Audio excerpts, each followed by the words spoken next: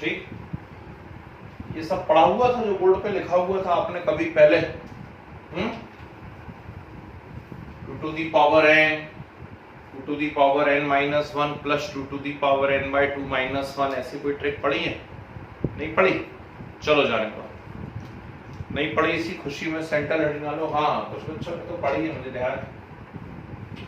Geometrical isomers निकालते हैं उससे, है ना, मैक्सिमम कितने, ऑप्टिकल नहीं, वो ज्योमेट्रिकल आइसोमर्स की ट्रिक थी। ऑप्टिकल की तो अगली क्लास में लिखी दिखेगी आपको। चलिए सेंट्रल हेडिंग वैसे तो हम लोग डाल चुके हैं, यदि नहीं डाला हुआ तो सेंट्रल हेडिंग डालेंगे फिनॉल। फिनॉल, अब सुनिए जरा ध्यान से बात। जैसे अल्कोहल हम लोगों ने स्टार्ट किया था तो पहले अल्कोहल का क्लासिफिकेशन पढ़ा था, मोनोहाइड्रेट, डाईहाइड्रेट, ट्राईहाइड्रेट, और फिर उसकी प्रिपरेशन और प्रॉपर्टीज पढ़ी थी। तो ऐसी जब हम फिनॉल स्टार्ट कर रहे हैं तो पहले फिनॉल का जरा क्लासिफिकेशन समझ लेते हैं, क्योंकि कुछ ऐसे कंपाउंड्स बीच बीच में आ जाते हैं जिनकी आप लोगों को जरूरत पड़ सकती है कहीं कहीं। ओके ठीक, बोर्ड पे रहना जरा। जनरली हम फिनॉल को कैसे रिप्रेजेंट कर रहे हैं? सही तरीका तो यह है कि इसका मॉलिक्यूलर फॉर्मूला है C6H5OH।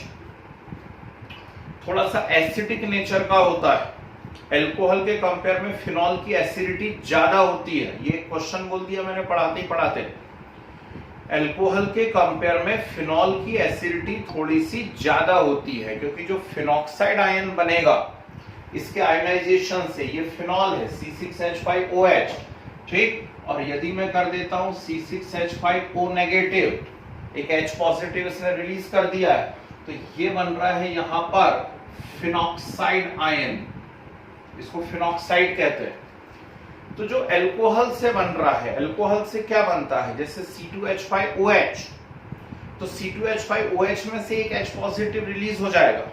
यदि C2H5OH में से एक H पॉजिटिव रिलीज हो जाएगा तो C2H5O नेगेटिव बनेगा, और C2H5O नेगेटिव का नाम क्या होता है? इथॉक्साइड, है ना, यहाँ पे बन रहा है फिनॉक्साइड। तो बात ये हो रही कि phenoxide stabilized by resonance, phenoxide ion जो है वो रेजोनेंस से स्टेबलाइज होता है, that's why its stability is greater than alcohol. जो आयंस ऑफ अल्कोहल बन रहे हैं अल्कोक्साइड, उनके कंपेयर में इसकी स्टेबिलिटी ज्यादा है। This is the reason why phenol is more acidic than alcohol. अच्छा पॉइंट है, याद रख लेना इसको ऐसे, है ना। जब आप स्ट्रक्चर की बात करते हैं तो हम इस प्रकार से इसका स्ट्रक्चर बनाया करते हैं। ये फिनॉल का स्ट्रक्चर है C6H5OH। इसको मैं कभी कभी इस प्रकार से भी रिप्रेजेंट कर दूंगा, और या फिर कभी कभी मैं इसे इस प्रकार से भी रिप्रेजेंट कर दूंगा, है ना। All of these are structure of phenol, ठीक। अब क्लासिफिकेशन की जब हम बात करते हैं तो फर्स्ट यहां पर हमारे सामने आता है मोनोहाइड्रिक फिनॉल। जैसे मोनोहाइड्रिक अल्कोहल हम लोगों ने पढ़ा हुआ था, वैसे ये मोनोहाइड्रिक फिनॉल है। और मोनोहाइड्रिक फिनॉल के अंदर पहला जो एक सिंपल सा एग्जांपल, जैसे ये तो है मोनोहाइड्रिक, कोई बात नहीं तो उसके अंदर, है ना, लेकिन एक जो सिंपल एग्जांपल आता है वो ये होता है, OH है, इसमें लगा हुआ है CH3, ठीक है ना, या फिर OH है, यहां लगा हुआ है CH3, और या फिर OH है, यहां लगा हुआ है CH3। इसको आप आर्थोमिथाइल फिनॉल कह देंगे, ठीक है, बिल्कुल सही बात है, आर्थोमिथाइल फिनॉल है, ये मेटामिथाइल फिनॉल है, और ये पैरामिथाइल फिनॉल है। लेकिन इसके कॉमन नेम भी आपको याद होने चाहिए। Orthomethyl phenol is known as orthocresol, CRESOL, आर्थोक्रिसॉल।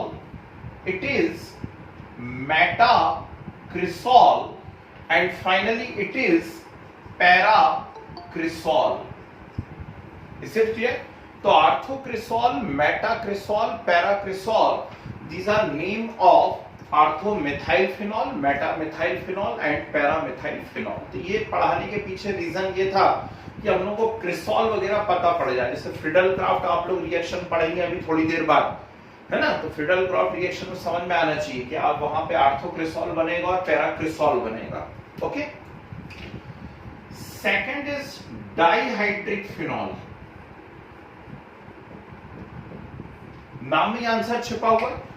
दो OH ग्रुप आने वाले फिनॉल के अंदर, डाइहाइड्रिक फिनॉल है मतलब दो OH ग्रुप आने वाले हैं। तो दो OH ग्रुप जब आएंगे इसके अंदर तो फर्स्ट ये बनता है, सेकेंड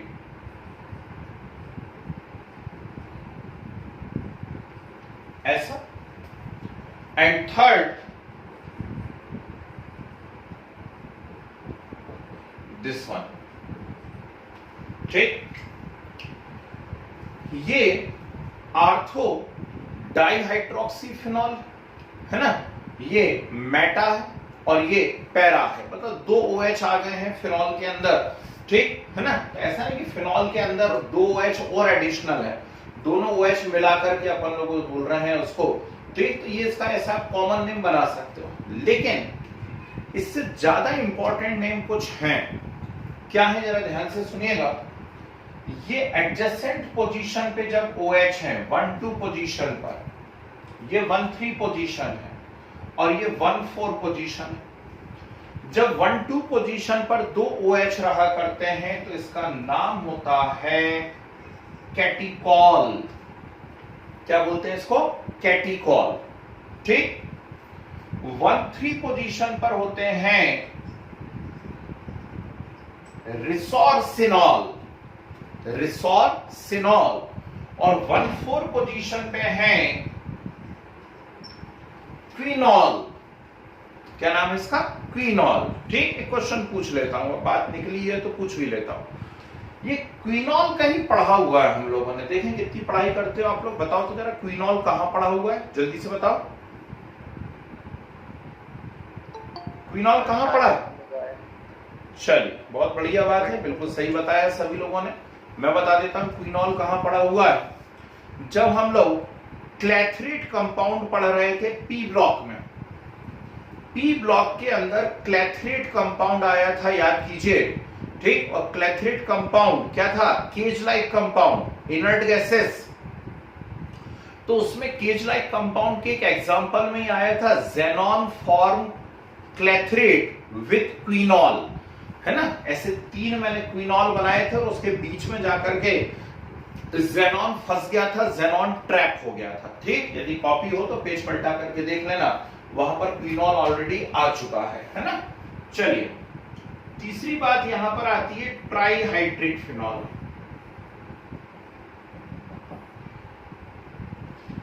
ट्राइहाइड्रिक फिनॉल नाम से लग रहा है इसके अंदर 3 OH आने वाले हैं। तो यदि 3 OH आने वाले हैं, सो फर्स्ट इज दिस, ऐसा एडजेसेंट पोजीशन पर 3 OH है। Second this one, and third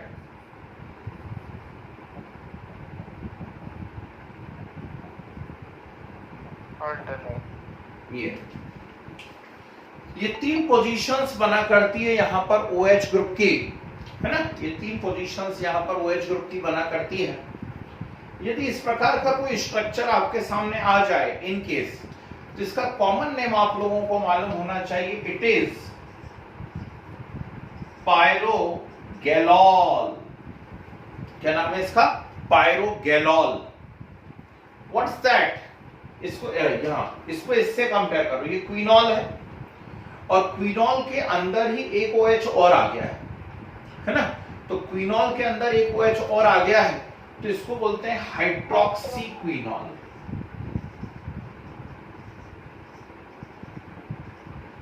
क्या नाम है इसका? Hydroxy quinol. And last one is what? ये सबसे प्यारा नाम है इसका, इट इज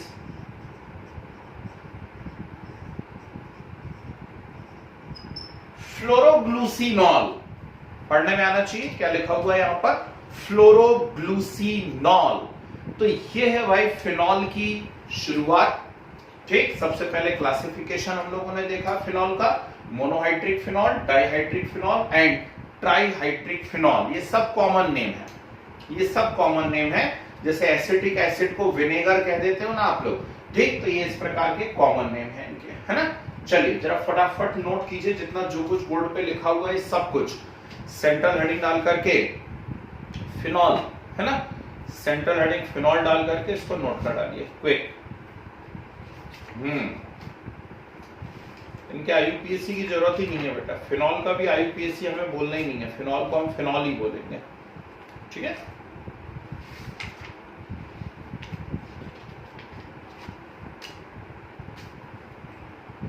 सर जो आपने बेसिसिटी ऑफ अमाइंस बताया ना, हाँ, तो वो उसका लास्ट वाला मुझे समझ में नहीं आ रहा कि वो 2 डिग्री मतलब ज्यादा कैसे हो गया, मतलब ऑर्डर बताया था ना 2 डिग्री। 2-3 फैक्टर लगते हैं ना बेटा वहां पे। एक पहला लगता है प्लसाई इफेक्ट, याद आया?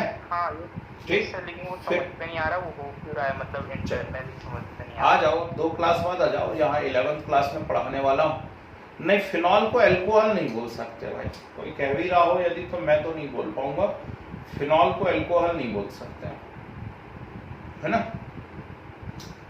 फिनॉल एक अलग ही कैटेगरी है, एरोमेटिक अल्कोहल नहीं है बेटा ये। Phenol phenol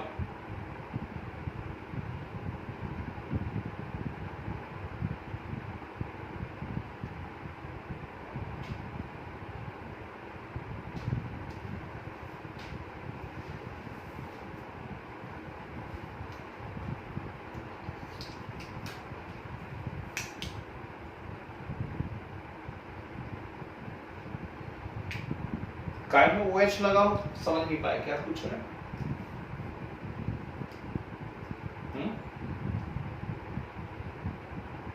actually phenol alcohol किसको बोलते हैं आप ध्यान करिए, है ना। OH फंक्शनल ग्रुप, OH इसमें भी फंक्शनल ग्रुप है, ठीक, इसके अंदर भी OH फंक्शनल ग्रुप है, तो क्या इसको भी अल्कोहल बोलते हैं हम लोग? तो फिर यदि ये भी अल्कोहल है तो अल्कोहल के क्लासिफिकेशन में ये पहले दिन ही आ जाता। जब मैंने आपको अल्कोहल का क्लासिफिकेशन पढ़ाया था ना, मोनोहाइड्रिक, डाइहाइड्रिक, ट्राइहाइड्रिक, उसी समय आ जाता यदि ये अल्कोहल होता तो।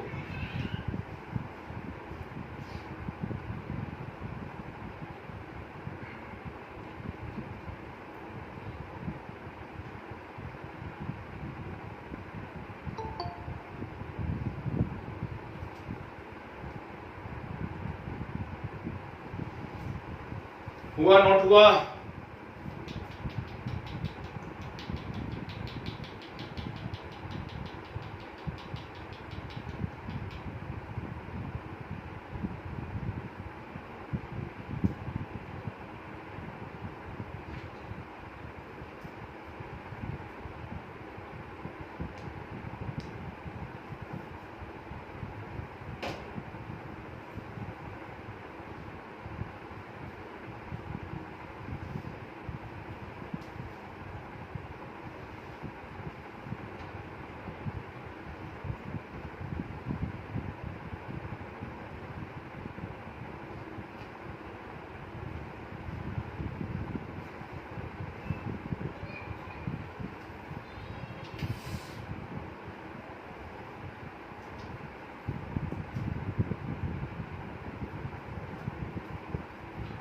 ट्राइहाइड्रिक थोड़े कम आते हैं, डाइहाइड्रिक में क्विनॉल की जरूरत पड़ती रहती है, मोनोहाइड्रिक में जो है आर्थोपैराक्रिसॉल की जरूरत पड़ती रहती है ना। तो ये कुछ ऐसी टर्म्स हैं जिनकी आपको रिक्वायरमेंट रहेगी, मालूम होनी चाहिए, ठीक है ना।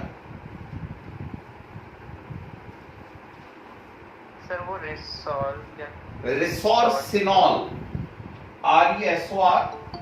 RESORCINOL, resorcinol.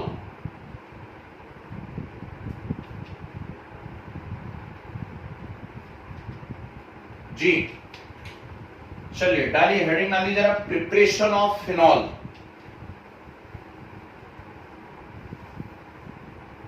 Preparation of phenol,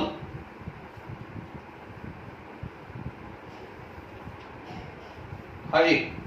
क्या क्वेश्चन बोला, मैं पढ़ नहीं पाया इतना बड़ा।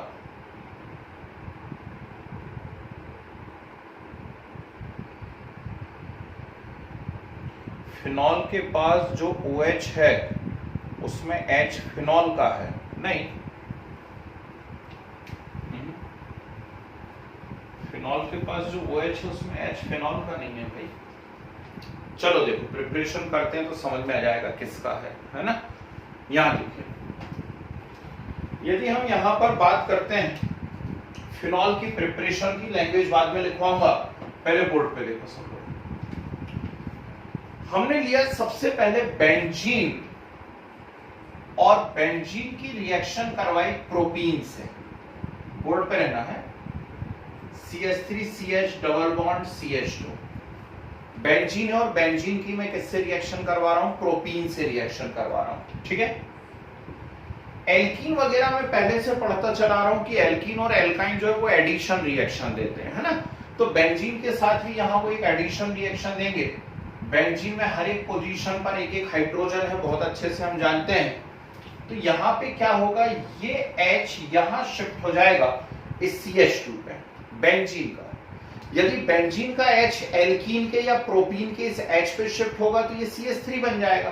तो फाइनली मेरे पास क्या है, CH3 CH CH3, ठीक है। इससे पहले कि वो बह जाए जरा जल्दी से देख लेना, क्या है मेरे पास, CH3 CH CH3, बह जाए तो उसको फिर से लिख लेंगे।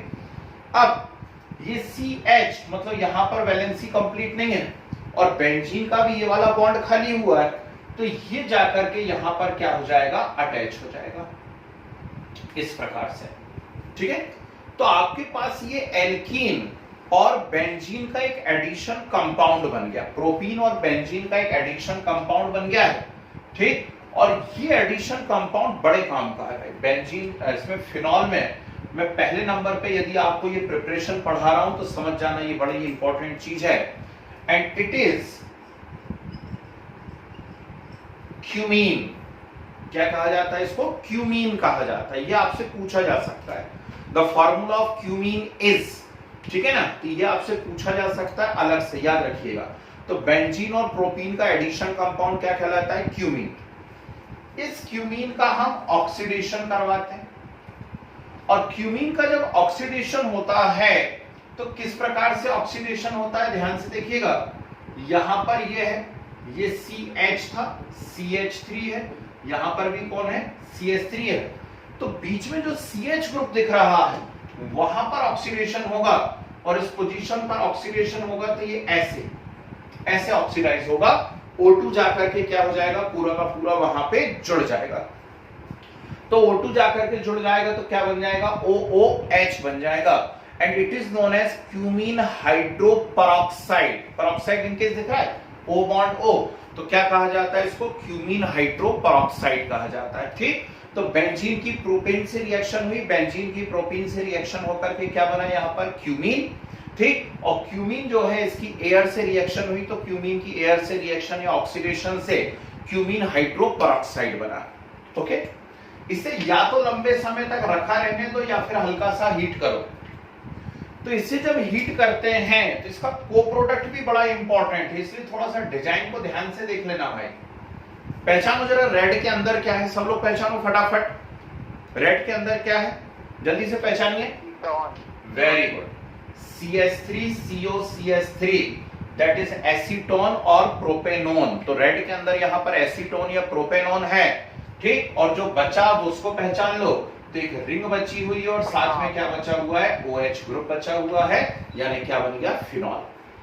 तो इंडस्ट्रियल लेवल पे जब फिनॉल बनाना होता है तो सबसे ज्यादा जो मेथड यूज की जाती है वो ये मेथड होती है, ठीक, फ्रॉम क्यूमीन, है ना। तो आपके बुक में डायरेक्ट दिया हुआ है क्यूमीन से, तो पहले मैंने ये बताया कि क्यूमीन बनता कैसे है। तो क्यूमीन इस प्रकार से बना करता है, उसका ऑक्सीडेशन से क्यूमीन हाइड्रोपेरोक्साइड, और उसका डिकम्पोजिशन होता है तो phenol plus acetone. Is it clear. Second वैसे तो आपकी जानी पहचानी रिएक्शन है, लेकिन मालूम नहीं आप लोगों को कितना याद है, दैट इज डाउ प्रोसेस। डाउ, है ना, हमने फर्स्ट यूनिट में करा हुआ है, हेलो एल्केन यूनिट में, हेलो एरीन में, हेलो एरीन की केमिकल प्रॉपर्टी में डाउ आया है। तो क्या करते हैं हम लोग, क्लोरोबेंजीन लेते हैं और क्लोरोबेंजीन की NaOH से रिएक्शन करा देते हैं। देखना बहुत मजा आने वाला है। क्लोरोबेंजीन के NaOH से रिएक्शन कराएंगे, बिल्कुल सही बात है। क्या निकल जाएगा? NaCl, और NaCl यदि निकल जाएगा तो OH जाकर के वहां पर क्या हो जाएगा? जुड़ जाएगा। बहुत अच्छी बात है। OH जाकर के जुड़ जाएगा तो लिख दूं मैं यहां पर फिनॉल। बोलो हाँ, यस और नो? नहीं। Very good. ठीक, नहीं लिख सकते। क्यों नहीं लिख सकते? क्योंकि फिनॉल एसिडिक है, फिनॉल एसिडिक है, और जिस बीकर के अंदर आप ये रिएक्शन करवा रहे हैं वहां अच्छा खासा क्या पड़ा हुआ है? NaOH। तो जो फिनॉल बनेगा भी यदि, तो वो एसिडिक है। ठीक, और ये NaOH एक स्ट्रॉन्ग बेस है, तो ये बेस और एसिड तुरंत आपस में रिएक्ट कर लेते हैं, और बेस और एसिड आपस में रिएक्ट कर लेते हैं तो इसका सॉल्ट बन जाता है। इसका क्या नाम बताया मैंने? C6H5O नेगेटिव का नाम फिनॉक्साइड, और इसमें क्या जुड़ा हुआ है? सोडियम। तो पहले क्या बनता है? सोडियम फिनॉक्साइड, है ना? जो लोग उस दिन क्लास में नहीं थे, वीडियो नहीं देख पाए, भूल गए, वो फिर से सुन लीजिए। तो क्लोरोबेंजीन और NaOH की रिएक्शन हुई है, बिल्कुल सही बात है। ठीक, NaCl निकला है, OH जाकर के जुड़ा है, फिनॉल बना है, लेकिन फिनॉल एसिडिक है और अभी वहां NaOH एक्सेस में है, तो फिनॉल वापस से NaOH से रिएक्ट कर लेता है, और फिनॉल वापस से NaOH से रिएक्ट करके क्या बना देता है? सोडियम फिनॉक्साइड बना है, सोडियम फिनॉक्साइड। अब इस सोडियम फिनॉक्साइड का हम एसिडिफिकेशन कराते हैं, बाहर से अच्छा खासा HCl डालते हैं, और जब बाहर से अच्छा खासा HCl डालते हैं तो अब इसमें से NaCl रिलीज होता है और H जाकर के वहां पर अटैच हो जाता है। ठीक है, तो किसका फॉर्मेशन हो जाता है? फिनॉल का फॉर्मेशन। तो ये H कहां कहां से आ रहे हैं देख लीजिए। कोई पूछ रहा था वो बेंजीन रिंग का H है क्या? ये ऐसा है, वो H है ना, ऐसे होता है। ये सेकंड प्रिपरेशन होगी। थर्ड, इसी से मिलती जुलती रिएक्शन होती है ना? थोड़ी सी बता तो देता ही हूं मैं। चलिए, बेंजीन लेते हैं और बेंजीन की हम कंसंट्रेटेड H2SO4 से रिएक्शन करवाते हैं। सीधी सी मतलब है बेंजीन का सल्फोनेशन। बेंजीन का क्या करवा रहे हैं आप? सल्फोनेशन करवा रहे हैं। Very good. ठीक, कंसंट्रेटेड H2SO4 कैसा टूट रहा है? OH negative and SO3H positive. तो बेंजीन का सल्फोनेशन जब करवाएंगे तो SO3H जाकर के वहां पर अटैच हो जाएगा, और SO3H जाकर के अटैच हो जाएगा तो क्या बन गया? Benzene sulfonic acid. जिन बच्चों को नाम नहीं मालूम है वो सुन लीजिए, क्या नाम है इसका? Benzene sulfonic acid. ओके, अब इस बेंजीन सल्फोनिक एसिड में हम लोग NaOH डालते हैं, ठीक वैसे ही जैसे क्लोरोबेंजीन पे आपने NaOH डाला था। तो बेंजीन सल्फोनिक एसिड क्या है? एक बहुत स्ट्रॉन्ग एसिड है, SO3H ग्रुप एक अच्छा खासा एसिडिक ग्रुप है। NaOH से रिएक्ट करेगा तो यहाँ पे भी क्या बनेगा? इसका सॉल्ट बनेगा।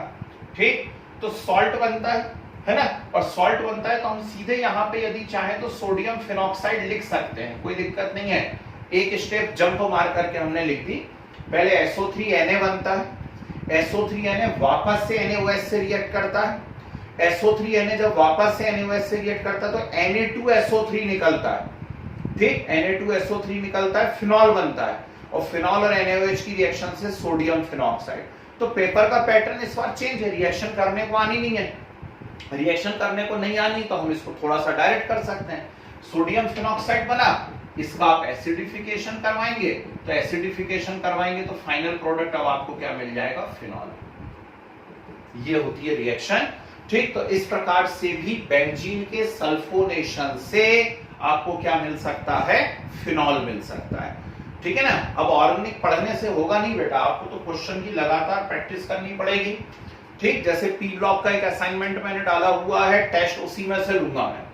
ऐसी अब ऑर्गेनिक का मैं फर्स्ट यूनिट का कोशिश कर रहा हूं, आज रात तक ही डाल दूंगा एक। ठीक, और फिर इसका भी डालता हूं एक, है ना? वो सीधे कोई से भी 2-3 अलग अलग बुक में से लेकर के मैं आपको डायरेक्ट दे रहा हूं प्रैक्टिस शीट, जो अलग अलग पब्लिकेशंस आ रहे हैं उसमें से। हो सकता है कुछ के पास हो भी वो बुक, तो अच्छी बात है तो आप कर लो, है ना? चलिए, नेक्स्ट एंड लास्ट। निकल रहा है ना जी सर, SO3 में जो वो NaOH के साथ रिएक्ट कर रहा है तो NH को जाके लग रहा है वहां पे, तो H2SO4 भी मतलब प्रोडक्ट बन रहा होगा। एक मिनट, पहले ये H और OH निकल गया, H2O Na जाके जुड़ गया, है ना?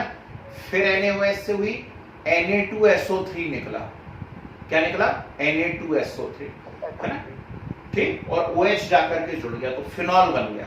और फिनॉल फिर NaOH से करके ये बना लेता, तो ऐसा थोड़ा सा एक लंबी प्रोसेस में जाता है वो, है ना। लास्ट सबसे OH नेगेटिव और SO3 पॉजिटिव कहाँ से आया? ये कहाँ से आया? हाँ सर, OH नेगेटिव और SO3 भूल गए बेटा, भूल गया। SO4 H2SO4 जब सल्फोनेशन हम कराते हैं तो कैसे टूटता है? OH नेगेटिव और SO3H, H2SO4 OH नेगेटिव और SO3H पॉजिटिव में टूटता है, ठीक है। सारी है ना एरोमेटिक रिएक्शन में ऐसे ही तोड़ना है इसको, है जी। चलिए लास्ट देखिए जरा फटाक से, दैट इज डीकार्बोक्सिलेशन। डीकार्बोक्सिलेशन एक इंपॉर्टेंट रिएक्शन आपके लिए साबित हो सकती है। 11th क्लास की रिएक्शन है, इसलिए पूछने के चांसेस और ज्यादा बढ़ जाते हैं। मैंने लिया सैलिसिलिक एसिड, चलो जल्दी से सैलिसिलिक एसिड का नाम बताओ, कोई बताओ। सैलिसिलिक एसिड का फार्मूला या दूसरा नेम क्या है? क्विक, ये क्विक है। Sodium salicylate. Very good. Salicylic acid ortho hydroxy benzoic acid है, आर्थो हाइड्रोक्सी बेंजोइक एसिड। कहां बनवाया वो भी मैं ही याद दिला देता हूं आपको। पिछले चैप्टर में जब मैं आपको क्लोरोफॉर्म बनाना सिखा रहा था, कार्बन टेट्राक्लोराइड बनाना सिखा रहा था, तो वहां एक रिएक्शन आ रही थी, उसका नाम था रीमर टीमैन रिएक्शन। कोलवे नहीं थी भाई, रीमर टीमैन थी। और रीमर टीमैन रिएक्शन के अंदर क्लोरोफॉर्म में बना था सैलिसल्डिहाइड और कार्बन टेट्राक्लोराइड में बना था सैलिसिलिक एसिड। आपको याद करना है, मुझे नहीं, एग्जाम तुम लोग देने वाले हो, मैंने तो दे दिया भाई, है ना। तो ortho hydroxy benzoic acid is salicylic acid. या फिर लेंगे हम इसका सोडियम सॉल्ट, है ना, कहीं से बैकग्राउंड में आवाज आई थी सोडियम सैलिसिलेट, तो हम इसका सोडियम सॉल्ट भी ले सकते हैं।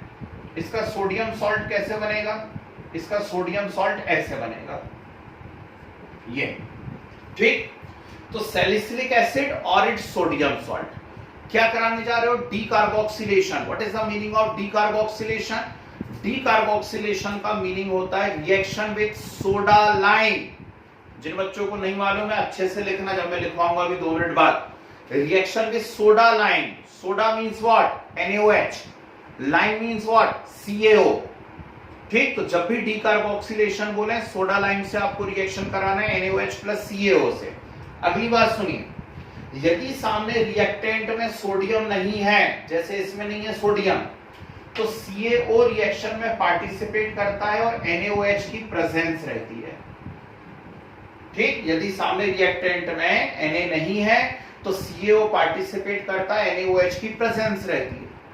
और यदि सामने रिएक्टेंट के अंदर सोडियम है, यदि सामने रिएक्टेंट में सोडियम है तो NaOH पार्टिसिपेट करता है और CaO की प्रेजेंस रहती है।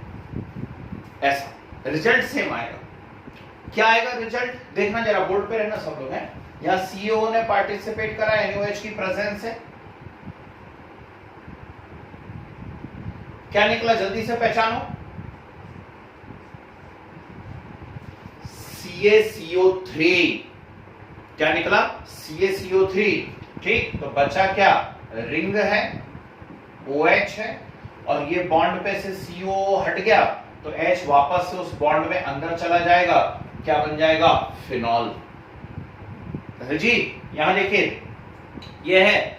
अब सामने सोडियम है तो NaOH पार्टिसिपेट कर रहा है। जब NaOH पार्टिसिपेट कर रहा है, ये क्या निकलेगा? जरा जल्दी से पहचानना सब लोग।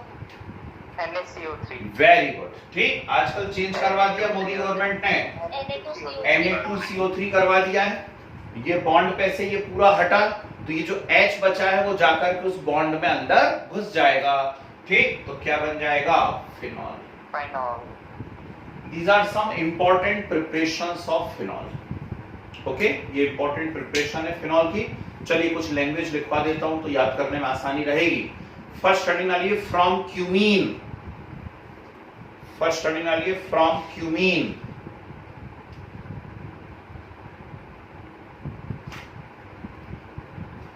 लिखे, in presence of AlCl3,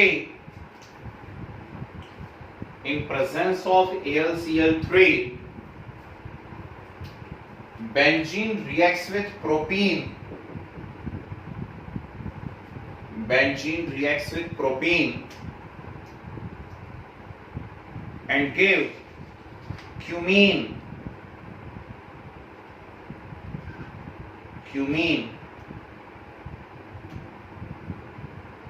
full stop करके आगे लिख दीजिए. The oxidation of cumene gives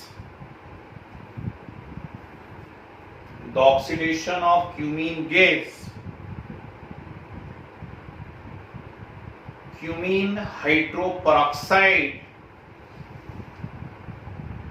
The oxidation of cumene gives cumene hydroperoxide.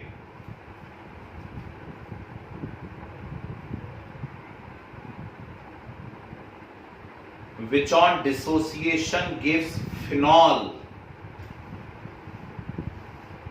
Which on dissociation gives phenol. ठीक है, छोड़ दो 2-3 लाइन अपने हिसाब से. नेक्स्ट हेडिंग आ गई डाउ प्रोसेस. देखिए, chlorobenzene reacts with NaOH.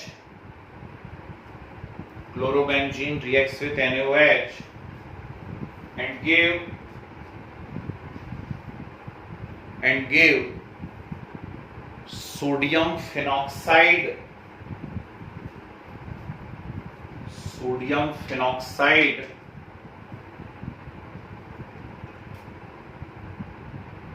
Which on acidification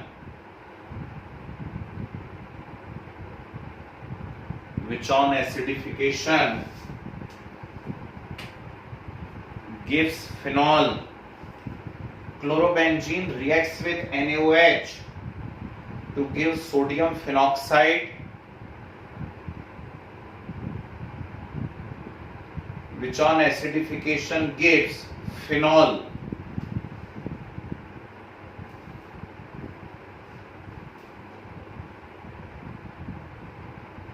ठीक है, नेक्स्ट 3 लाइन छोड़ दीजिए. नेक्स्ट बिना हेडिंग वाले लिखिए. Benzene reacts with concentrated sulfuric acid. Benzene reacts with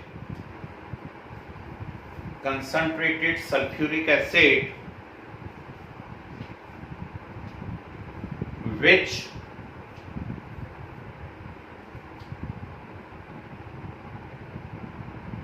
नहीं भी लिखते तो चल जाता है ना. which मत लिखो.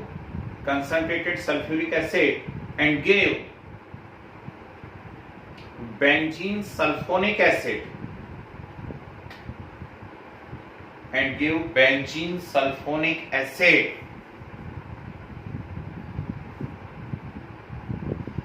Which on reaction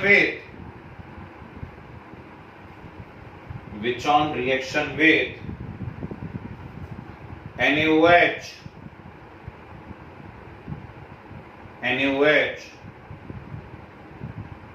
followed by acidification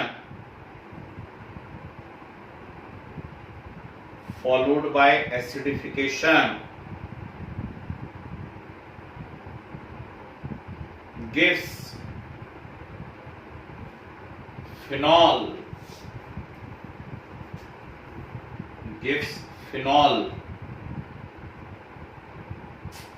note कीजिए, मतलब जगह छोड़ दीजिए 2-3 लाइन. लास्ट हेडिंग डाल के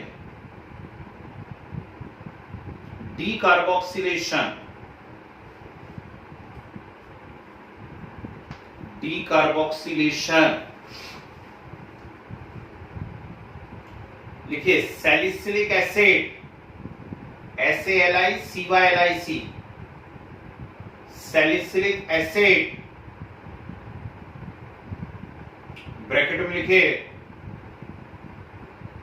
ऑर्थोहाइड्रोक्सी benzoic acid.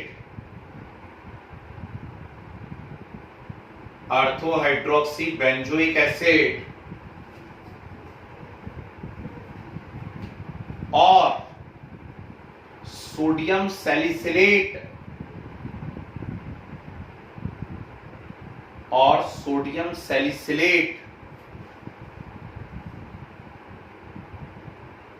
reacts with soda lime, reacts with soda lime. क्या है soda lime? NaOH plus CaO.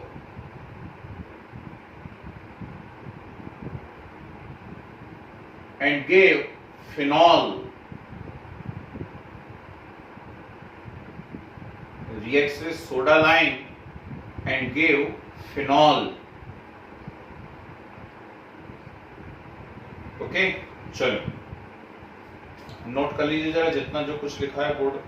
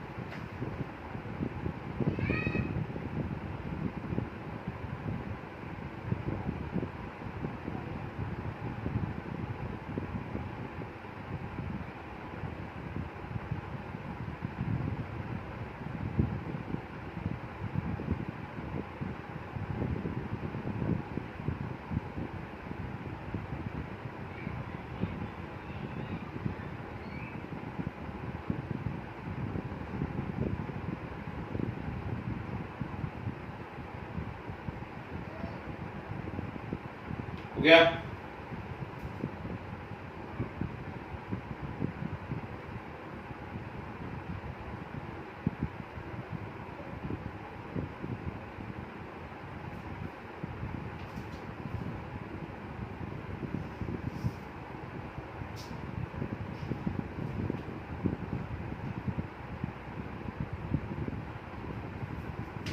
जी इंडस्ट्रियल है।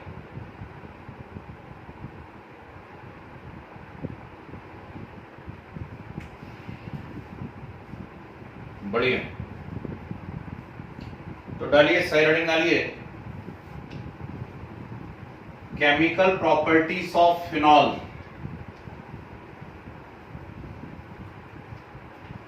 डालिए heading chemical properties of phenol. चलिए, तो इसमें पहले 11th क्लास की एक कॉमन रिएक्शन आती है, उसको कर डालते हैं। वैसे तो सब लोगों से बन भी जाएगी, लेकिन उसमें कुछ स्पेशल पॉइंट्स आ रहे हैं, इसलिए उसको करना जरूरी है। आप लोगों के भरोसे कुछ भी छोड़ नहीं सकता हूं मैं। तो डालिए केमिकल प्रॉपर्टीज ऑफ फिनॉल में फर्स्ट हेडिंग डालिए electrophilic ring substitution reactions. Electrophilic ring substitution reactions.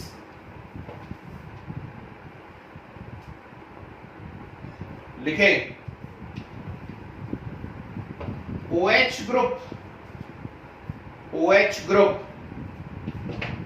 is ortho and para directing in nature, जिसको हम एक्टिवेटिंग ग्रुप 11th क्लास में कहा करते थे, प्लस M, ठीक, प्लस M या प्लस R ग्रुप हम लोग इससे कहा करते थे। हेडिंग है इलेक्ट्रोफिलिक रिंग सब्स्टिट्यूशन रिएक्शन। इसमें लिख रहे हैं OH group is ortho and para directing in nature. Ortho and para directing in nature. That's why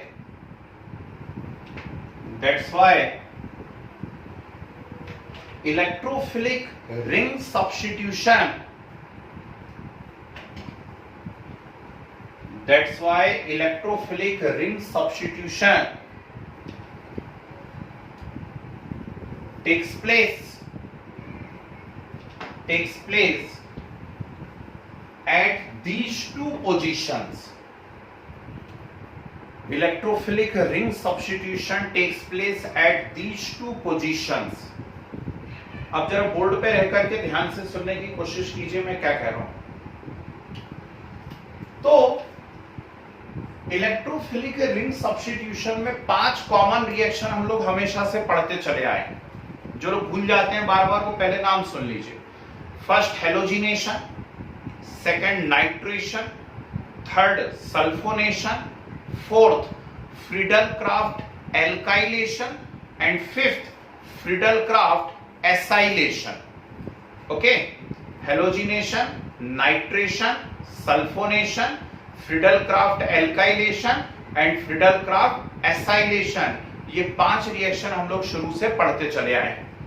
तो थोड़ा सुना सुना तो है, इजी भी लगेगा जब चीजें सुनी हुई रहती तो थोड़ा सा आसान रहता है। हाँ, हेलो एरिन में भी था, सभी में आएगा। जितने भी एरोमेटिक कंपाउंड पढ़ेंगे सब में इलेक्ट्रोफिलिक रिंग सब्स्टिट्यूशन रिएक्शंस आती हैं, है ना। तो इसके कारण हमारे लिए बार बार रिपीटेशन होता है। अब इसमें फर्स्ट आया हेलोजिनेशन। ध्यान से सुनना, बड़ा मजा आने वाला है। जब आप फिनॉल को लेते हैं और इसकी ब्रोमीन के साथ रिएक्शन करवाते हैं, ठीक, और यहां हमने ले लिया पोलर सॉल्वेंट। क्या ले लिया? कोई पोलर सॉल्वेंट ले लिया।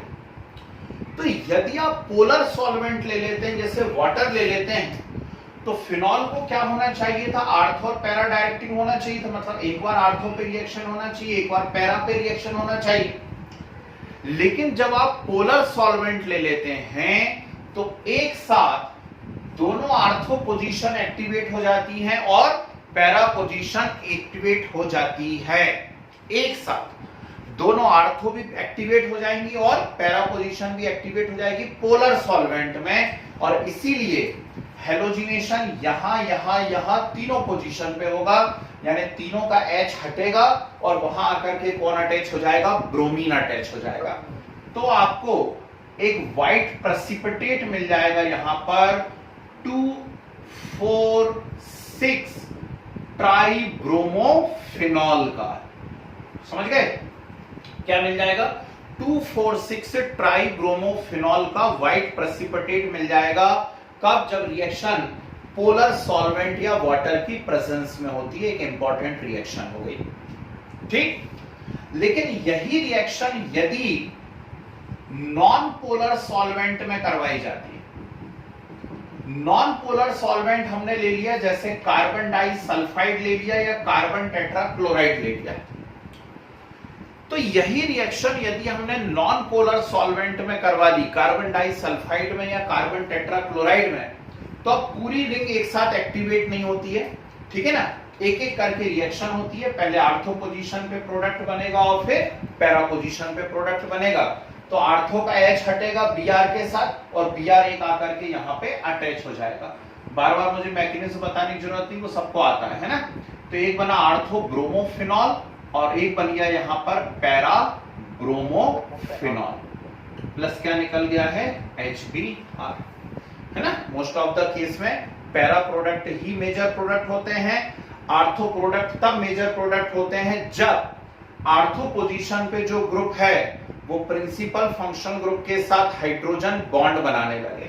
यदि यहां पर हाइड्रोजन बॉन्ड बनने लगेगा तो आर्थो प्रोडक्ट मेजर प्रोडक्ट हो जाता है, नहीं तो पैरा ही क्या रहता है? मेजर प्रोडक्ट रहता है। Is it clear? तो देखो कितना इंपॉर्टेंट क्वेश्चन बन गया शुरू होते से। पोलर सॉल्वेंट में 2,4,6 ट्राई हेलोफिनॉल बनता है, जबकि नॉन पोलर जो सॉल्वेंट रहते हैं उनके अंदर 2 प्रोडक्ट बनते हैं, एक आर्थो हेलो और एक para hello. Is it clear? बढ़िया जी, बोलिए।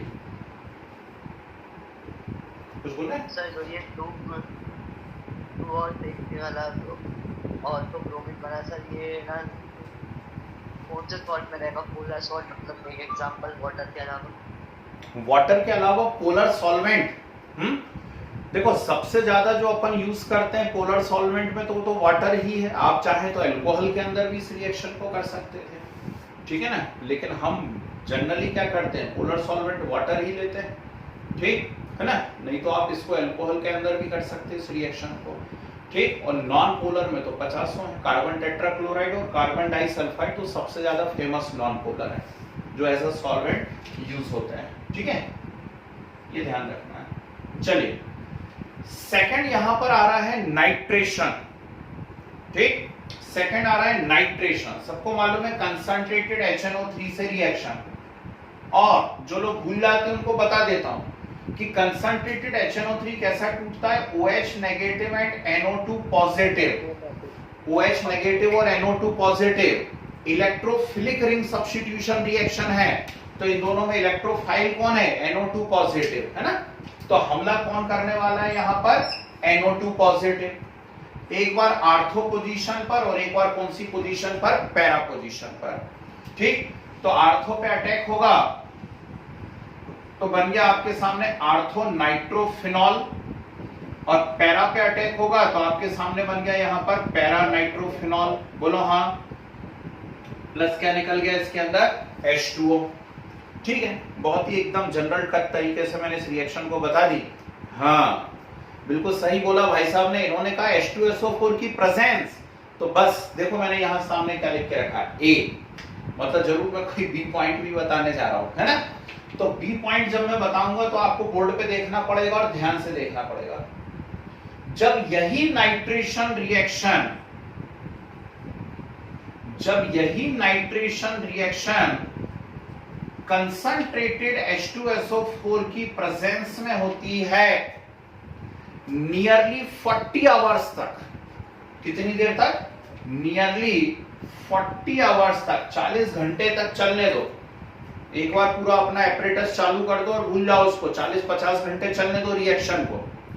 तो अब क्या होता है, ध्यान से सुनिएगा, ये HNO3 तो ऐसे ही टूटेगा, लेकिन जब लगातार लंबे समय तक करवाते हैं और सल्फ्यूरिक एसिड की प्रेजेंस में करवाते हैं तो जो काम यहां पे हुआ था वही यहां हो जाता है। दोनों आर्थो और पैरा एक साथ एक्टिवेट होती हैं और इन तीनों पोजीशन पे नाइट्रेशन एक साथ होता है। तो तीनों पोजीशन पे जब नाइट्रेशन एक साथ होता है, ठीक, तो यहां NO2 और NO2 बनता है, प्लस क्या निकल जाता है, H2O। इसे हम कहेंगे 2,4,6 ट्राई नाइट्रोफिनॉल। और जल्दी से चीख के इसका कॉमन नेम बताइए दूसरा, क्विक। और कहां बताई थी ये वाली बात मैंने, शाबाश, वेरी गुड। बाकी बच्चे पढ़ाई नहीं कर रहे भाई। It is picric acid, it is picric acid, PICRIC। तो इसका नाम क्या है, पिक्रिक एसिड है ना। जो नहीं बता पाते जरा कुछ सीखो भैया। नहीं बच्चे, केमिस्ट्री इन एवरीडे लाइफ नहीं, मैंने अभी बताई थी उस दिन क्लोरोफॉर्म में, क्लोरोफॉर्म की दूसरे नंबर की जब केमिकल प्रॉपर्टी मैंने पढ़ाई थी आपको, तो उसमें लिखवाया था क्लोरोफॉर्म की कंसंट्रेटेड HNO3 से रिएक्शन होती है, और क्लोरोफॉर्म की कंसंट्रेटेड HNO3 से रिएक्शन होती है तो नाइट्रोक्लोरोफॉर्म बनता है, और नाइट्रोक्लोरोफॉर्म एक स्ट्रॉन्ग इंसेक्टिसाइड होता है, उसे क्लोरोपिक्रिन कहते हैं। नाइट्रोक्लोरोफॉर्म को कहते हैं क्लोरोपिक्रिन, और क्लोरोपिक्रिन के साथ मैंने बताया था पिक्रिक एसिड। तो पिक्रिक एसिड क्या होता है, ये होता है। मैंने इसलिए दोनों साथ बता दिए, कंफ्यूज नहीं होना।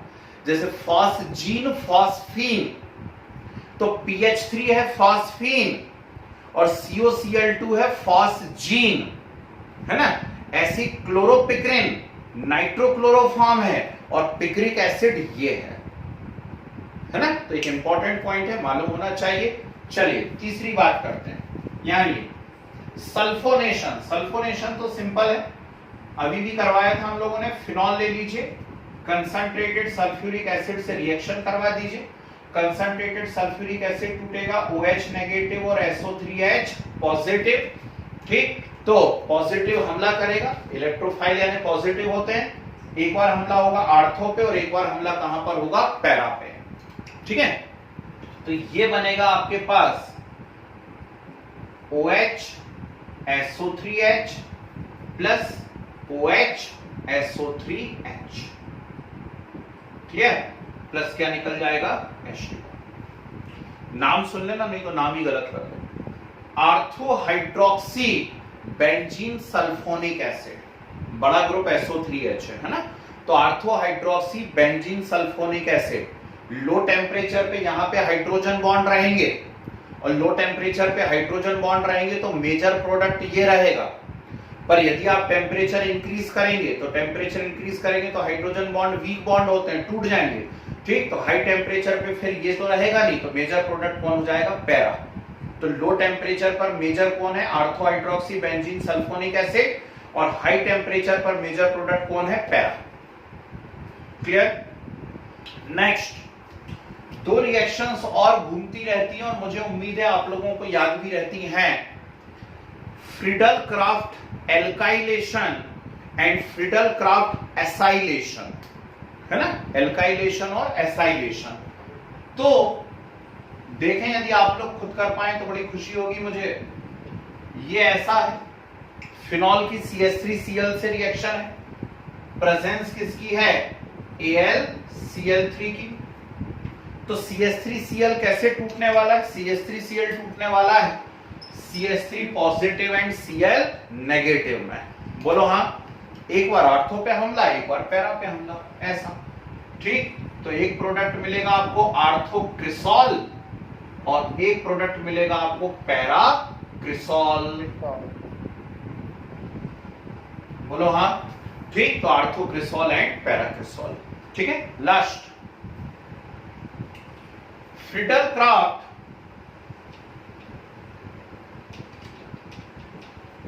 क्राफ्ट एसाइलेशन, एसाइल ग्रुप का हमला हो रहा है, RCO या CH3CO। तो एसाइल ग्रुप हमला करने जा रहा है,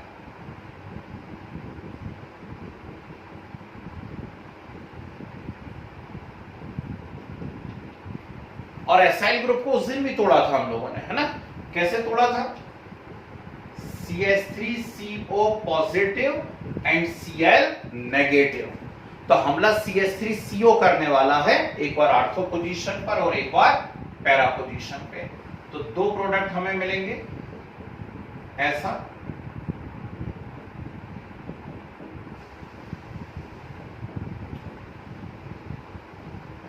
ऐसा। जब बेंजीन रिंग में COCH3 लगा होता है ना, बेंजीन रिंग में जब COCH3 लगा होता है ना, तो उसे एसीटोफिनोन कहा जाता है। क्या कहा जाता है उसको, एसीटोफिनोन। ठीक, तो इसको आर्थो हाइड्रोक्सी एसीटोफिनोन कह दोगे और वो पैरा हाइड्रोक्सी एसीटोफिनोन कह दोगे। ठीक है, तो ये पहली वाली रिएक्शंस हुई। यदि मुझसे कोई कहे कि इंपॉर्टेंट बता दो इसके अंदर, तो भैया ये है मोस्ट इंपॉर्टेंट, उसके बाद ये। ठीक, फ्रीडल रिडल क्राफ्ट तो इतनी कॉमन रिएक्शन हो गई क्या वो पूछते नहीं, उनसे ज्यादा अच्छे क्वेश्चन अंदर हैं। तो चलिए शुरू करिए। फर्स्ट स्टडी ना लिए हेलोजिनेशन। तो जी भाई साहब बोलिए। सर, जो ऑर्थो ब्रोमीन फिनॉल बन रहा है और जो नाइट्रेट ब्रोमीन, उसमें स्टेबल पैरा वाला है या ऑर्थो वाला? आर्थो नाइट्रो और पैरा नाइट्रो में आर्थो, हाँ आर्थो हाइड्रोजन बॉन्ड बन रहे हैं यहाँ पे। ठीक है, चलिए हेलोजिनेशन लिखे, बिल्कुल यूज कर सकते हैं।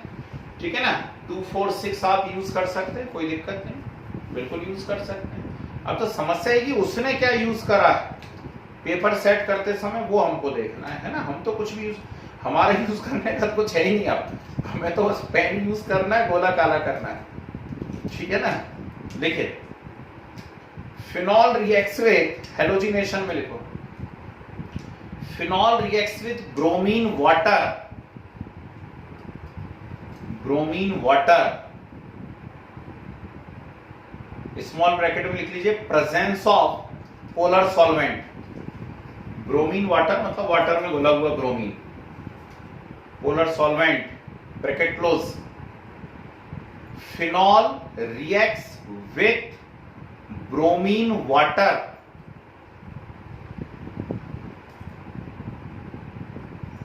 and give white precipitate of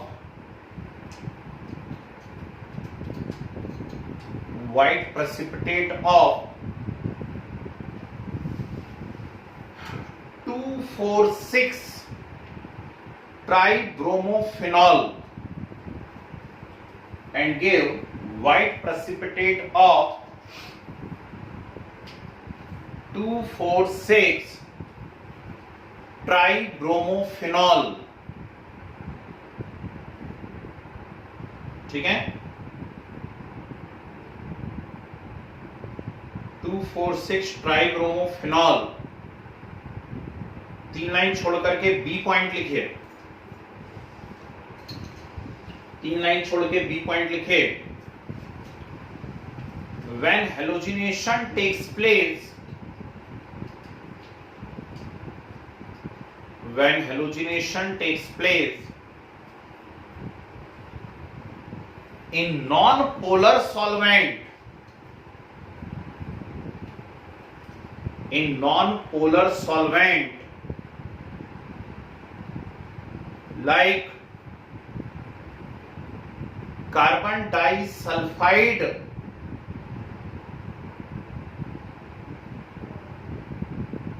carbon disulphide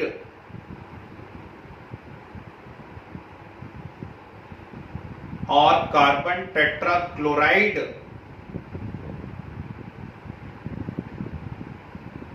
then mixture of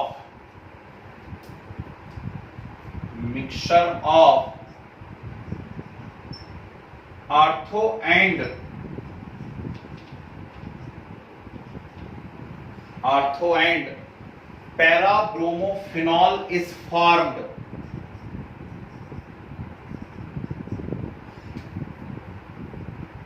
ठीक,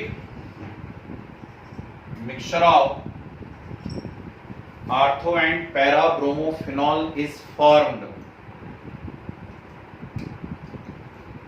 ठीक है, छोड़ दीजिए 3 लाइन। फिर हेडिंग डालिए nitration. Nitration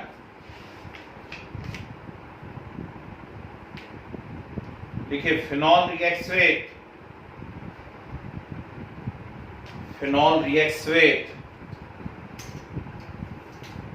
concentrated HNO3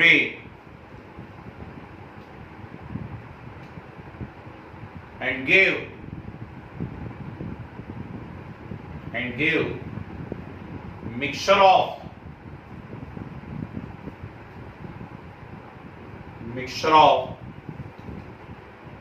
ortho and para nitrophenol.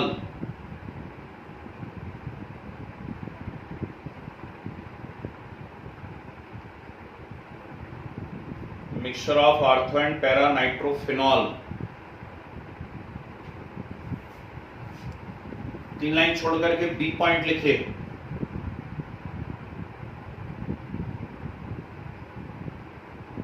When nitration takes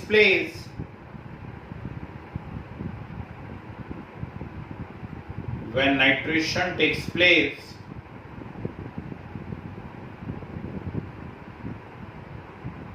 in presence of concentrated H2SO4,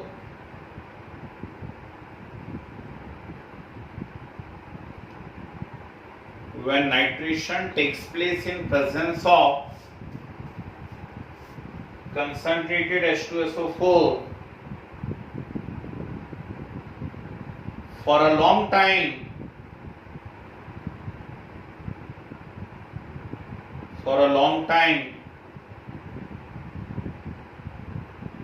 then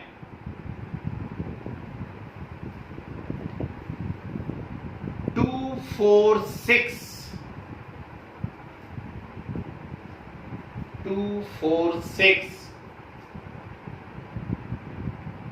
trinitrophenol is formed. 2,4,6 trinitrophenol is formed.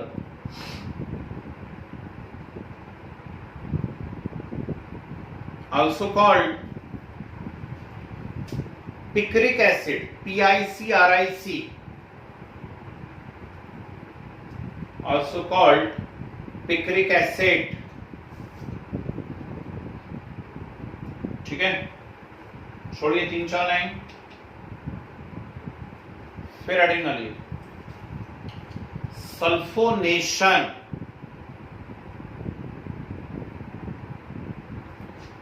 Sulphonation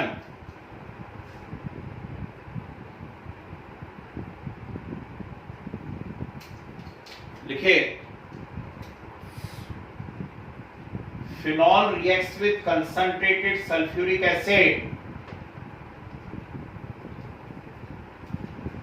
Phenol reacts with concentrated sulfuric acid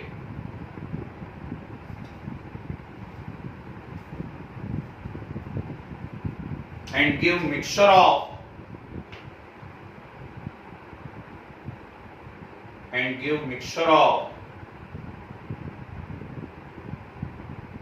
ortho and para hydroxy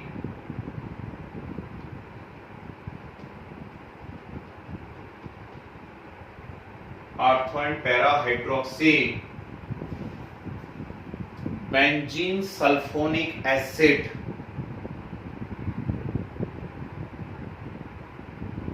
ortho and para hydroxy benzene sulfonic acid, सब लिख दिया मैंने board पे। M for major, major at low temperature, इधर लिख दिया major at high temperature, है ना। ये एम जो भी लिखा हुआ सब मेजर लिखा हुआ है। Mixture of ortho and para hydroxy benzene sulfonic acid. Okay, छोड़िए 3-4 लाइन। फिर हेडिंग उधर है, Friedel craft alkylation, Friedel-Crafts alkylation,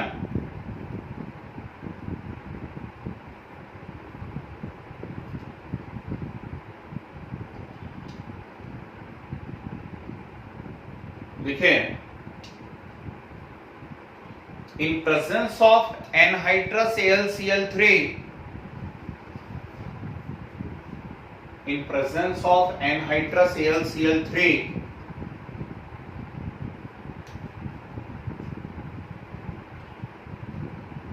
phenol reacts with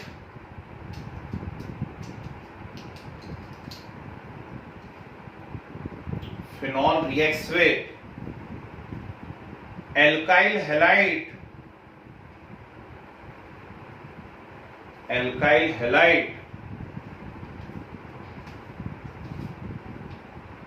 and give mixture of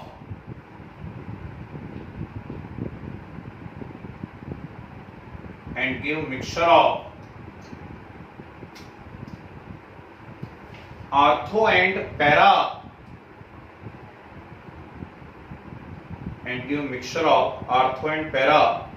alkyl phenol, ठीक है, नोट कीजिए। 4-5 लाइन छोड़ सकते हैं। लास्ट, फ्रीडल-क्राफ्ट एसाइलेशन,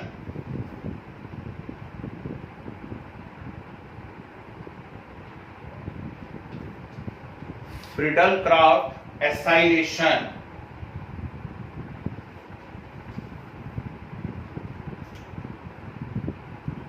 लिखिए, in presence of anhydrous AlCl3,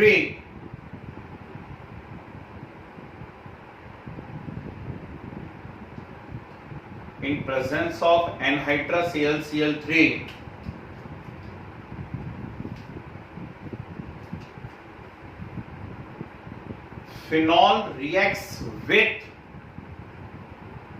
acetyl chloride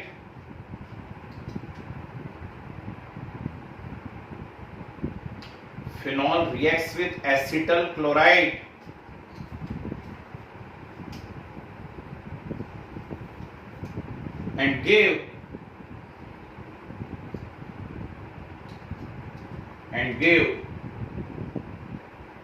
mixture of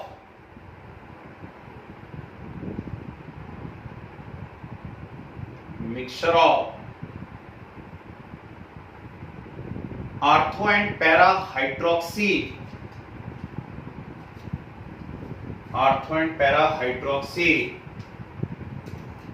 acetophenone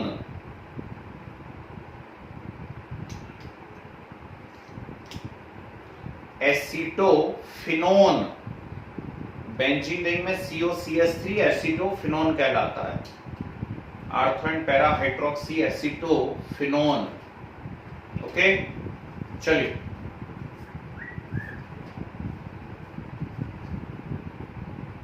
जी बिल्कुल, कोई सा भी लुईस एसिड यूज कर सकते हैं। FeCl3 और AlCl3 दो कॉमन लुईस एसिड है। आप FeCl3 भी यूज कर सकते हैं, कोई दिक्कत नहीं है। नोट कर लीजिए जरा फटाफट।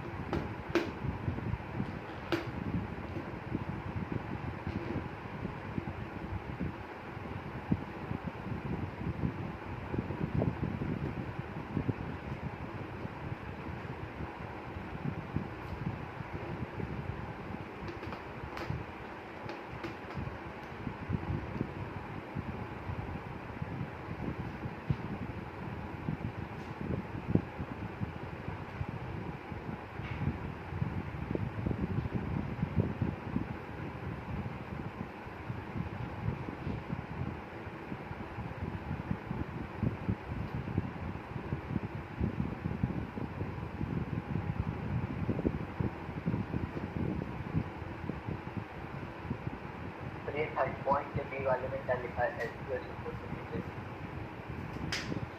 Major at low temperature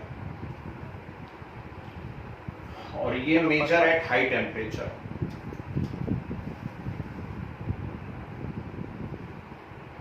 sir 5 point के बी वाले ऊपर वाले में H2SO4 एरो में ये 40 आवर्स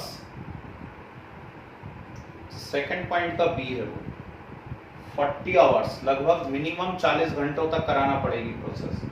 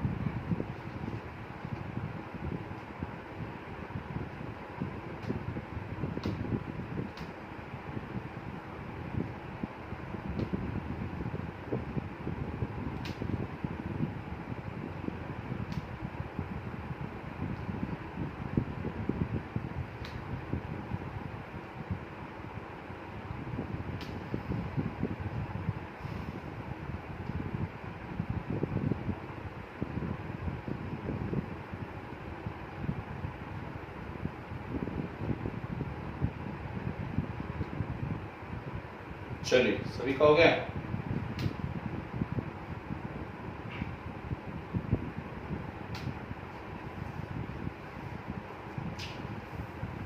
एक और करवा ही देता हूं, है ना, बाकी भले ही हम नेक्स्ट क्लास में देख लेंगे।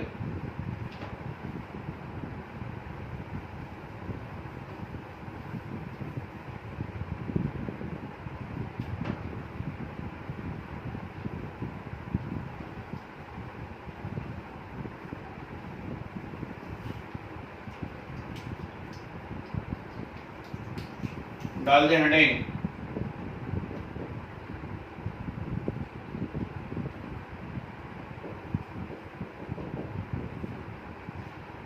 Kolbe-Schmidt reaction।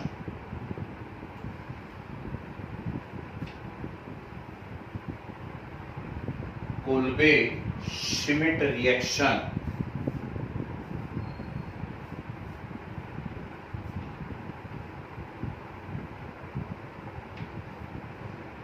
जी लिखो, at high temperature and high pressure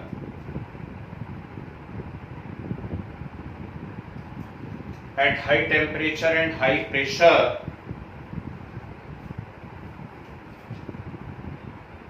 sodium phenoxide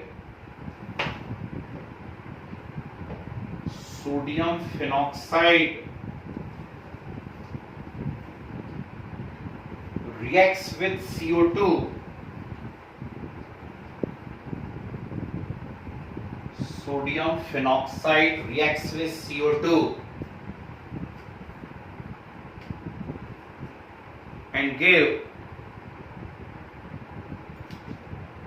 gave sodium salicylate, salicylic acid का sodium salt, and gave sodium salicylate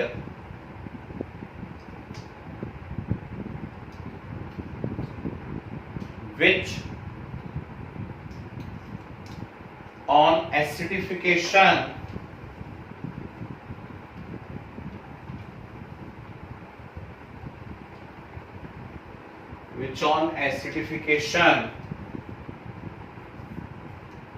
gives salicylic acid,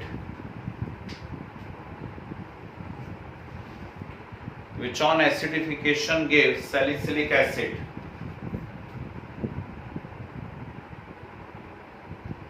ठीक है, मतलब आर्थो हाइड्रोक्सी बेंजोइक एसिड, अभी भी आया था थोड़ी देर पहले जब हम डीकार्बोक्सिलेशन करवा रहे थे, है ना।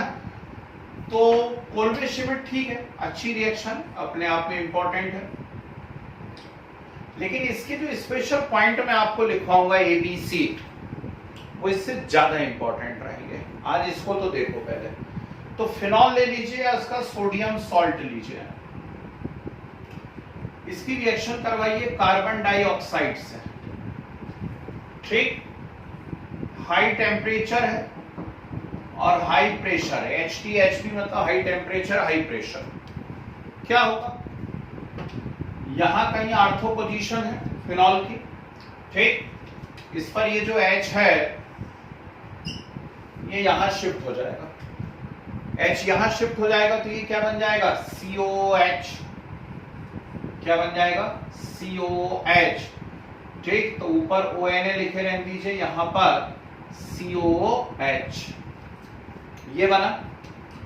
अब सीधी सी बात है कि इन दोनों में से ज्यादा एसिडिक ग्रुप कौन सा है, ऊपर यदि OH बनेगा और नीचे COH बनेगा तो ज्यादा एसिडिक ग्रुप कौन सा है, OH ग्रुप या COH ग्रुप, COH, उसका नाम ही है ना, कार्बोक्सिलिक एसिड, ठीक। तो इसकी जब NaOH से आगे रिएक्शन होती है तो NaOH से आगे रिएक्शन होने पर फाइनली यहां वापस से H आ जाता है और सोडियम सॉल्ट यहां पे बनता है। कंफ्यूज नहीं होना इसमें, नहीं समझ सोचना कि Na कूद करके यहां पर आ जाएगा, ठीक। आपने ये फिनॉल लिया हुआ है या इसका सोडियम सॉल्ट लिया हुआ है मान लीजिए, है ना। तो फिनॉल का सोडियम सॉल्ट आपने लिया हुआ है, CO2 से रिएक्शन करवाई तो यहाँ COH बना, लेकिन COH ज्यादा एसिडिक ग्रुप है तो NaOH से रिएक्ट करेगा तो सोडियम सॉल्ट यहाँ पर बन जाएगा, बनेगा, ऊपर वाला वापस से OH में चेंज हो गया। ये सैलिसिलिक एसिड का सोडियम सॉल्ट बना, पहचानने लगे अब तो हम लोग इसको, सोडियम सैलिसिलेट है और इसका हमने करवा दिया एसिडिफिकेशन। तो इसका एसिडिफिकेशन करवा दिया मतलब HCl से रिएक्शन करवाई, और यदि इसकी HCl से रिएक्शन करवाई तो यहां पर क्या निकल जाएगा, NaCl, और NaCl यदि निकलेगा तो फाइनल जो आपके सामने रिजल्ट आएगा वो होगा OH, और ये बन जाएगा यहां पर COOH। तो आर्थो हाइड्रोक्सी बेंजोइक एसिड बन जाएगा। इस आर्थो हाइड्रोक्सी बेंजोइक एसिड को हम कहते हैं सैलिसिलिक एसिड, ठीक है। ये रिएक्शन अच्छे अपने आप में इंपॉर्टेंट है, लेकिन इसके साथ में 3 रिएक्शन आपको बताऊंगा। एक बताऊंगा सिरदर्द की बहुत ही खतरनाक मेडिसिन, उसका नाम है एस्प्रिन। तो सैलिसिलिक एसिड से एस्प्रिन कैसे बनाई जाती है। दूसरा एक मैं बताऊंगा आपको इंटरनल एंटीसेप्टिक, अंदर तरफ कहीं चोट वोट लग जाए, इंटेस्टाइन डैमेज हो जाए तो अंदर तरफ कौन सा एंटीसेप्टिक लगाएंगे, तो वो रहेगा सेलॉल, ठीक है ना। हाँ जी, डिस्प्रिन एस्प्रिन एक ही चीज है। और तीसरा मैं आपको बताऊंगा परफ्यूम के अंदर यूज होने वाला एक compound, that is oil of winter green. Okay, तो ये सब कुछ अब हम नेक्स्ट क्लास में पढ़ते हैं, क्योंकि 2-4-5 मिनट में जल्दबाजी में खत्म होगा, मजा भी नहीं आएगा, इसे नेक्स्ट क्लास में पढ़ेंगे। और साथ में फिनॉल खत्म करके ईथर हम चालू कर देंगे भाई, बहुत दूर नहीं है फिनॉल खत्म करने से, तो लास्ट पोर्शन चालू हो जाएगा आपका ईथर नेक्स्ट क्लास में। ओके, चलिए नोट करिए, बाकी सब अगली मुलाकात में करते हैं। हाँ, एल्डिहाइड कीटोन कहाँ भाई, फिर तो टर्म 1 चालू। टाइम टेबल आ रहा है ना आजकल में? यस सर, आजकल में टाइम टेबल आ जाएगा आपका, चिंता नहीं करो।